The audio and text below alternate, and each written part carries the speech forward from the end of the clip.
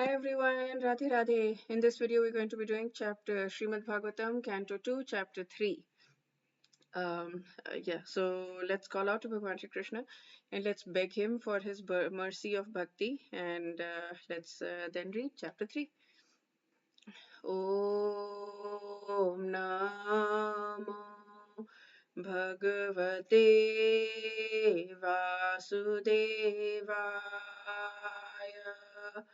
Om Namo Bhagavate Vasudevaya. Om Namo Bhagavate Vasudevaya. Dear Bhagavan Shri Krishna, please help us remove all the traces of pride, or not just traces. Right now I have whole oceans of pride, but please help me remove. I'll speak for myself. Please help me remove all of this pride and all of these really terrible anarthas which are keeping me away from you, and please help me understand just the utter absolute total beauty of worshipping your lotus feet.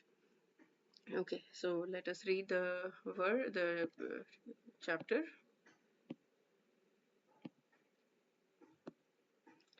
Chapter 3, Pure Devotional Service, the Change in Heart. That sounds beautiful. Text 1. Sri Shukdev Goswami said, Maharaj Parikshit, as you have inquired from me as to the duty of the intelligent man who is on the threshold of death, so I have answered you. 2 to 7. Acha. Oh, these are all in one thing. Okay. One who desires to be absorbed in the impersonal Brahmajyoti effulgence should worship the master of the Vedas, Lord Brahma or Brihaspati, the learned priest. One who desires, okay, so who wants to be absorbed in impersonal Brahmajyoti should worship Lord Brahma. And one who desires powerful sex should worship the heavenly king Indra. Oh, and one who desires good progeny should worship the great progenitors called the Prajapati. One who desires good fortune should worship Durga Devi. I thought it was Lakshmi Devi, the superintendent of the material world. Maybe it's the same thing. One desiring to be very powerful should worship fire, and one who aspires after money should worship the Vasus. One should worship Rudra incarnations of Lord Shiva if he wants to be a great hero. One who wants large stock of grains should worship Aditi. One who desires to attain heavenly planets should worship the sons of Aditi. One who desires a worldly kingdom should worship Vishwadev, and one who wants to be popular with the general mass of population should worship the Sadhya demigod. One who desires a long span of life should worship the demigods known as Ashwini Kumars, and a person desiring a strongly built body should worship the earth. One who desires stability in his post should worship the horizon and the earth combined. One who desires to be beautiful should worship the beautiful residents of Gandharva planet, and one who desires a good wife should worship the Apsaras and the Urvashi society girls of the heavenly kingdom. One who desires, really? Apsaras, if you want a good wife. I thought, yeah. One who desires dominion over others should worship Lord Brahma, the head of the universe. One who desires tangible fame should worship the personality of Godhead. Which Godhead? Krishna Bhagwan? That doesn't sound right. One who desires a good bank balance should worship demigod Varun. One who desires to be a greatly learned man should worship Lord Shiva, and one who desires good marital relationship should worship the chaste goddess Uma, the wife of Lord Shiva.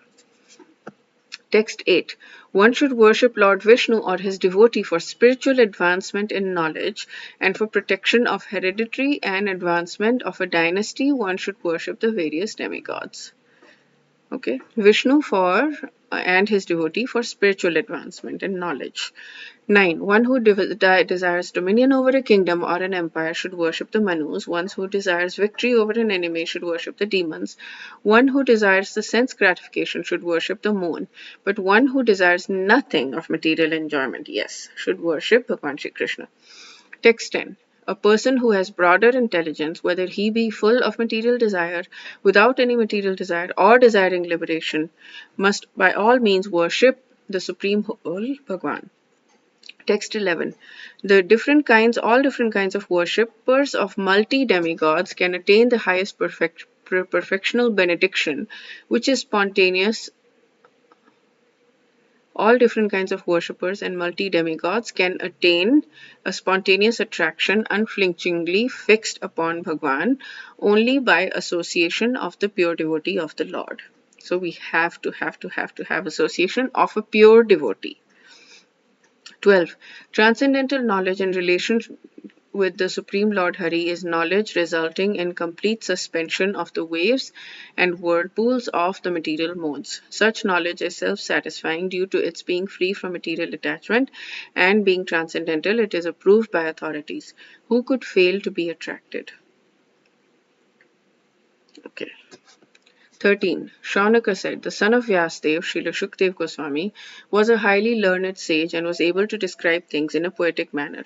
What did Maharaj Parikshit again inquire from him after hearing all that he had said? Okay, so Maharaj Parikshit inquired again. First, he had inquired, what do we do how do we use our time especially when we're about to die? And now Shaunaka is asking, what did Maharaj Parikshit inquire again after hearing all of that? 14. O learned Shruti Goswami, please continue to explain such topics to us because we're all eager to hear. Besides that, topics which result in the discussion of Lord Hari should certainly be discussed in the assembly of devotees. 15. Maharaj Parikshit, the grandson of Pandavas, was from very childhood a great devotee of the Lord. Even of Arjun, yeah. Even when playing with dolls, he used to worship Lord Krishna by imitating the worship of the family deity. 16. Shukdev Goswami, the son of Vyasadev, who is also full of transcendental knowledge and was a great devotee of Bhagwan Sri Krishna, son of Vasudev. So there must have been a discussion of Bhagwan Krishna, who is glorified by great philosophers and the company of great devotees. 17. Both by rising and by setting, the sun decreases the duration of the life for everyone, except one who utilizes them by discussing topics of the all-good God. 18. Do the trees not live? Do the bellows of the blacksmith not breathe? All around us, do the beasts not eat and discharge semen? 19. Men who are like dogs, hogs, and camels and asses, praise those men who never listen to transcendental pastimes of Bhagwan Shri Krishna, the deliverer from evils. 21. Who has not listened to the messages about the prowess and marvelous acts of God, and has not sung or chanted loudly the worthy songs about Bhagwan, is to be considered to possess ear holes like holes of snakes and tongue like a tongue of a frog. So I guess it's harsh or something. 21. The upper portion of the body, though crowned with silk turban, is only a heavy burden if not bowed down before Bhagwan, who can award mukti, freedom. And the hands, though decorated with glittery bangles, are like those of a dead man if not engaged in the service of Bhagwan. Text 22. The eyes which do not look at the symbolic representations of Bhagwan Vishnu, his forms, names, quality, etc., are like those printed on the plumes of a peacock, and the legs which do not move to the holy places where the Lord is remembered are considered to be like tree trunks. 23. A person who has not any time received the dust of the feet of the Lord's pure devotee upon his head is certainly a dead body. And the person who has never experienced the aroma of the tulsi leaves from lotus feet of the Lord is also a dead body, although breathing. 24. Certainly that heart is steel framed, which, in spite of one's chanting the holy name of the Lord with concentration, does not change when ecstasy takes place. Tears fill the eyes and hair stand on end. 25. O Suta Goswami, your words are pleasing to our minds. Please therefore explain this to us as it was spoken by the great devotee Shukdev Goswami, who is very expert in transcendental knowledge and who spoke to Maharaj Parikshit upon being asked. Okay, so they are inquiring very sweetly, please tell us, please talk to us about Bhagwan Shri Krishna, because without him there is nothing. Everything is just meaningless and dry and insipid and useless, and yeah, it's just a waste of our time. So please, please give us Amrit. Please give us nectar. Okay, wish you all a very, very beautiful day and filled with lots of Krishna Bhakti and just Anandambati Vartanam, as Chaitanya Mahaprabhu said in Shikshashtakam, just pure, ever expanding ocean of bliss. Wish you a beautiful day. Radhe Radhe.